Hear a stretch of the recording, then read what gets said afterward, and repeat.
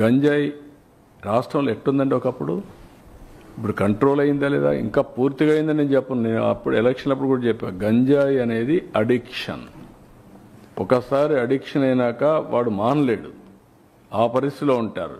But ఎక్కడ production లేకుండా చేస్తున్నాం, మక్కిలిరగొట్టేస్తామని చెప్తాను, ఈగలు పెట్టాం. ఇంకా చేయాల్సిన చాలా ఉంది.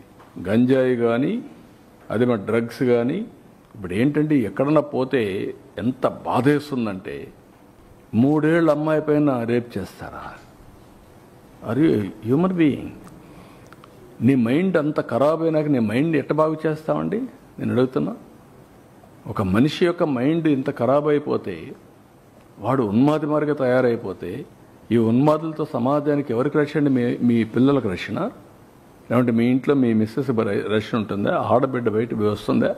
ఎక్కడికి పోతున్నా? ఇవి కంట్రోల్ చేయాల్సిన మెకానిజం రాజకీయ నాయకులు ఇష్టానుసారంగా సపోర్ట్ చేయడమా?